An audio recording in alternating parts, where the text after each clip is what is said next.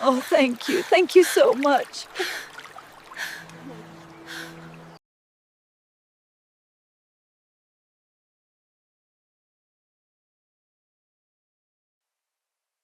I felt the cold water crashing over my face, pulling me down into silence, my lungs screaming for air, my heart pounding with terror. I thought it was the end. I thought death had come for me that very moment. What if your last breath is taken not in peace but in panic? Not in comfort but in drowning darkness? What if it happens when you are only 10 years old and you still have a lifetime waiting for you? I am Isabella from Cebu, and I never imagined that a simple afternoon by the river would change everything. One slip, one fall, and suddenly my small body was swallowed by the rushing current. I heard voices screaming my name. I felt my hands reaching for help, but the water pulled me deeper, deeper until there was no more sound except the roar in my ears. In that terrifying moment, my eyes saw the light above fading, and I whispered inside, "Lord, save me." As the water entered my lungs, I knew I was leaving the world. My chest burned, my vision dimmed, and then something strange happened. I rose above my own body. I could see myself sinking. I could see people running on the shore, their faces full of fear. Yet I felt no pain, only a strange stillness, as if I was being carried into another place. And then images began to break through my mind, not from this life, not from my childhood in the Philippines. I saw bright pools under stadium lights. I heard whistles. I smelled chlorine. I saw crowds in America shouting the name Emily Carter.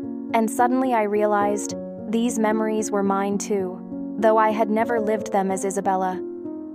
The water had unlocked something hidden, something from before, a life I thought was lost forever, but this was only the beginning of what I would witness. For as I drifted further into the light, I knew I was not alone. Someone greater was waiting for me, watching me, calling me. And what he would tell me would change not just my life, but the way I see every life on this earth. The light around me grew brighter, yet it did not burn my eyes. It felt warm, as if the very air itself was love. I drifted further and further from the river, and the cries of people on the shore became faint whispers behind me. The fear of drowning was gone, replaced by a calm so deep that I almost forgot I was a child sinking beneath the water. But as I floated there, I suddenly saw two worlds overlapping inside my mind. One was Isabella, the little girl from Cebu, with bare feet and a playful laugh. The other was Emily Carter, a strong young swimmer in America, standing on the edge of a pool, her body tense before diving into the water. I could smell the chlorine. I could feel the rush of muscles pushing against the tide. I could hear the echo of crowds shouting her name. And then came the memory of her last race, when something went wrong, when the water became heavy, when her chest could not rise for air. It was death, but not the same death I was facing now. It was a past life speaking through me. I felt the weight of two souls pressing together, Isabella and Emily, as if the water of the river had unlocked the gates of memory. I wanted to scream, "I am both," but no sound came, only light and silence. And then I felt a presence approaching, greater than any fear, stronger than any current. My heart trembled, because even without words, I knew who it was. It was Jesus. When he came near, everything around me changed. The light was no longer just brightness, it was alive. It pulsed with mercy, it breathed with peace. I fell to my knees though I had no body, and tears I could not explain poured from me. He looked at me with eyes that carried both fire and tenderness. His voice spoke into my soul, not to my ears. "My daughter, you are not lost, you are found. Do not fear the waters, for I walk above them. You are here because every breath, every life, carries meaning beyond what you see." I cried out inside, "Lord, why am I remembering another life? Why do I see the face of a woman I never knew?" And he answered gently, "Every soul carries journeys beyond one body. What you remember is a gift, a thread woven into the fabric of eternity. You were Emily, now you are Isabella, and one truth remains, that you are mine." Then he showed me visions so clear they cut into my heart. I saw children drowning not in rivers but in despair, begging for food on the streets of Manila. I saw fathers broken by poverty, mothers carrying pain in silence. I saw nations rising in anger, Wars stealing the young before they even understood life. I saw people chasing wealth and forgetting their souls. And Jesus whispered, "Life is not guaranteed. It is a gift, but many waste it." Gratitude turns the smallest meal into a feast. Love turns strangers into family. But without love, the world drowns faster than any river. I felt his words sinking deeper than the water that had filled my lungs. He told me, "Remember this when you wake. Tell them that each breath is a miracle. Tell them to cherish the gift of living. Tell them not to waste time in anger. Not to let greed blind them. Not to ignore the cry of the poor. Because every soul matters to me." I wanted to stay there forever, to never return to the pain of the earth. But Jesus held me and said, "No, child, your mission is not yet finished. You will go back, you will tell your people, and you will remind them that life is fragile, but love is eternal. Go now, and live with gratitude." At that moment, the visions faded, the light pulled back, and I felt myself falling fast, as if the river had swallowed me once more. My chest burned again, my throat ached, but then there was shouting, hands pulling me from the water, air rushing violently into my lungs. I coughed, I gasped, I trembled, and I opened my eyes to see the sky of Cebu above me. I was alive, but I was no longer the same Isabella. I lay on the ground shivering, water pouring from my mouth, my chest heaving as if it would break. People surrounded me, their voices crying out, "Isabella is alive, she's breathing." But inside me there was another voice louder than all the noise. The memory of Jesus telling me, "Life is a gift, love is eternal." I could not forget the light, I could not forget his eyes, I could not forget his command to return and speak. In the days after the accident, I was weak, my body trembling from fever, but my heart was burning with something stronger than sickness. Every time I closed my eyes, I saw the visions he had shown me. I saw the hungry children on the streets, their ribs visible through their skin. I saw the mothers selling their last belongings just to feed their families. I saw young men lost in violence, wasting their strength on anger instead of love. And I heard his words again, "Do not waste the breath I have given you."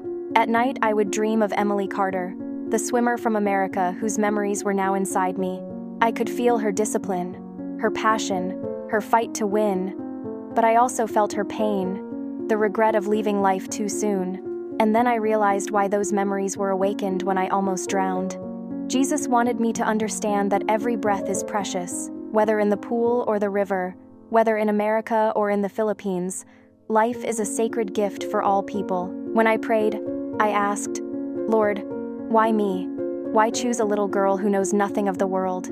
And he answered in silence first, letting me feel his presence, and then through a whisper in my heart, because a child speaks truth without pride.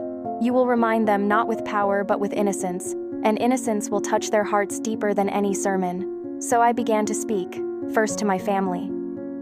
I told my mother, "Nene, we must give thanks even for the rice we eat each day, because life itself is the greatest blessing." I told my friends, "Do not spend your days in envy, forgive quickly, because tomorrow is never promised." At school, my teachers noticed I was different. I spoke of gratitude, I spoke of kindness. And though some laughed, others listened in silence, as if they knew something beyond words was true. But the message was not only for my small circle. In my heart I carried his command, "Tell them, tell your people." And so I tell you now. My brothers and sisters from every part of the Philippines, do not wait until your lungs are filled with water. Do not wait until your heart stops to realize how valuable life island. Love while you can, forgive while you can, help while you can. Because in one blink, everything can be taken away. The world will try to tell you that wealth and success are the highest goals.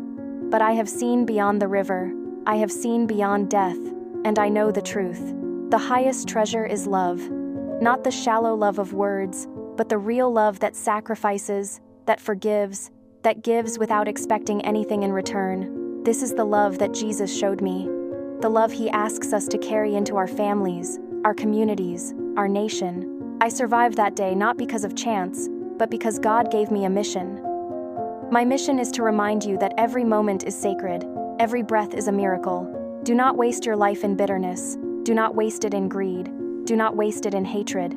Choose to live with gratitude, and you will find peace even in the middle of storms. Choose to love, and you will discover that death is not the end, but only the doorway to eternity. As the weeks passed, my body grew stronger, but my soul carried a weight I could not ignore. Every time I walked through the streets of Cebu, I saw his visions alive before my eyes. The hungry children were real, sitting barefoot on corners, begging for coins. The mothers with weary eyes were real, carrying babies on their hips, their faces lined with sacrifice. The fathers bent under labor, breaking their backs for a day's meal, were real. What Jesus showed me was not only a warning, it was the reality of my land. At night I would kneel beside my bed and cry, "Lord, how can I, a child, carry such a burden?" And his voice, gentle but firm, would rise within me. "My daughter, you are not alone. You speak, and my spirit will touch their hearts. Do not fear your youth, for truth spoken by a child is sharper than lies shouted by kings." Those words gave me courage. They reminded me that my task was not mine alone. It was his. The memories of Emily Carter continued to stir within me. I felt her discipline, the endless hours of training, the sacrifice of comfort for a dream. I realized those memories were given to me not for sorrow but for wisdom, to show that strength without gratitude is empty, that victory without love fades quickly. Emily had lived for medals, but she died young, and what remained was not her trophies but the love she gave to family, the kindness she shared with friends. Jesus was teaching me through her life and her death that what matters most is not how long we live, but how deeply we love. There were nights when I would dream of the pool, the race, the final breath that Emily lost. I would wake up shaking, gasping for air, and then whisper, "Thank you, Lord, for this breath. Thank you for this new chance." Gratitude became my song, my heartbeat, my prayer. Each morning I woke with a new awareness, every sunrise a gift, every meal a blessing, every smile from another person a treasure worth keeping. One day while walking home from school, I saw a boy my age sitting on the sidewalk, crying because his slippers were torn, and he was too ashamed to enter class barefoot. I remembered the words of Jesus, "Love turns strangers into family." I took off my own slippers and placed them on his feet. His eyes widened, his tears stopped, and he whispered, "Salamat." In that moment I understood that the mission was not always about preaching, but about living love in the smallest acts, because the smallest acts are eternal in the eyes of God. Still, the visions did not leave me. Sometimes I would see storms crashing over islands, floods destroying homes, families crying in the rain. Other times I saw people kneeling together in prayer, their voices rising like incense, and the storms ceased. I realized there were two paths for my people, one of destruction if they forget God, and one of hope if they return to Him. Jesus had shown me both, and He told me to warn them before it was too late. So I stand before you now, not as a girl who simply survived drowning, but as one who was given a second chance to live with purpose. I survived because Jesus wanted this message to reach you. Value your breath, value your family, value every soul around you. Do not live as if tomorrow is guaranteed, because tomorrow belongs only to God. Live today with gratitude, live today with love, and you will not fear death, because death will only open the door to His arms. The moment of my return to this world was like waking from a dream that was more real than life itself. One second I was surrounded by light, hearing the voice of Jesus telling me to go back, and the next I was coughing violently on the riverbank, water pouring from my chest. My lungs burned as if fire had entered them, my head spun, and my small body trembled in shock. But as painful as it was, I knew I was breathing again. I knew His hand had carried me back. I remember seeing the faces of my neighbors looking down at me, their eyes wide with awe. Some whispered, "She should have been gone. She had no pulse." Others simply cried, believing they had witnessed a miracle. I could not explain what had just happened, but inside my heart there was a clarity deeper than words. I knew I had been sent back, not for myself alone, but for every person who would hear this story. The days after were filled with questions. People asked me, "What did you see? Why are you different now?" At first I hesitated, afraid they would laugh, but the voice of Jesus echoed in my memory, "Tell them." So I began to share. I told them about the river of light, about the voice that calmed my fear, about the visions of our people struggling, and about His call to live with gratitude and love. Some listened in silence, some doubted, but all felt something stir inside when I spoke. There were nights when I would wake suddenly, my chest tight, hearing again the last words of Jesus before I returned. Go back, live fully. Teach them that life is fragile, but love is eternal. Those words became like fire in my bones. They would not let me rest. They would not let me stay silent. I was only a child, yet I carried a truth greater than my years, a truth that demanded to be spoken. Even now, I still remember the feeling of falling back into my body. It was like being dropped into a vessel too small, too weak, compared to the soul that had touched eternity. I felt heavy, I felt limited, I felt trapped. But then I realized, this body was the gift, this breath was the mission, this fragile life was the chance to prove that love can shine even in weakness. And so I accepted my return, not as punishment, but as purpose. From that day, every sound of water reminded me of the river. Every sunrise reminded me of the light. Every beating of my heart reminded me of the command I was given. I no longer feared death, because I had seen beyond it. I no longer envied others, because I had been shown the truth. What matters is not what we own, not how long we live, but how we love, how we give, how we remain grateful until the very last breath. As I grew older after the accident, the weight of the message did not fade, it only grew stronger. I could no longer live like an ordinary child, because my eyes had seen eternity. My ears had heard the voice of Jesus. Every decision, every thought, every action was measured by the memory of that moment in the light. I was no longer simply Isabella. I was a witness to something far greater than myself. To my friends, I would say, do not waste your days on envy or anger, because you do not know how short life can be. To my teachers, I would say, every lesson we teach is not just about the mind, it is about the soul. It can shape eternity. To strangers, I would smile and whisper a silent prayer, because I knew even a glance of kindness could carry eternal weight. Some thought I was strange, but others felt peace when I spoke, as if the light I carried touched them without words. One evening, I sat with my mother under the stars in Cebu, and I told her, Nane, death is not something to fear. It is only like taking off old clothes and putting on new ones. She held me close and cried, because she knew I spoke not from imagination but from experience. She said, my daughter, God has given you a gift. Use it well. Do not let it be hidden. And I promised her that I would never stay silent. Even if people mocked, even if they doubted, I would keep speaking. I want you who are listening now to understand this. You do not need to almost drown to realize how valuable your breath island. You do not need to lose everything to learn gratitude. You do not need to see the face of Jesus in the light to believe that he loves you right here, right now. My story is not meant to glorify me, but to remind you of what is already true. Life is fragile, life is holy, life is meant to be lived with love. So I say to you, my brothers and sisters in the Philippines, forgive quickly. Do not let grudges poison your families. Feed the hungry if you have even a little to share. Pray for this nation, because the storms are not only in the seas, they are in our hearts. And above all, remember that every soul matters. The poor child on the street, the neighbor you dislike, even yourself when you feel worthless. Jesus sees value in each one. And when the day comes that your breath leaves your body, do not be afraid. Remember what I have seen. Death is not the end, it is the doorway back to him. If you have lived with love, if you have lived with gratitude, then you will step into the light without fear, and you will hear his voice saying, well done, welcome home. This is the hope I carry. This is the hope I now give to you. Looking back now, I understand why Jesus sent me back.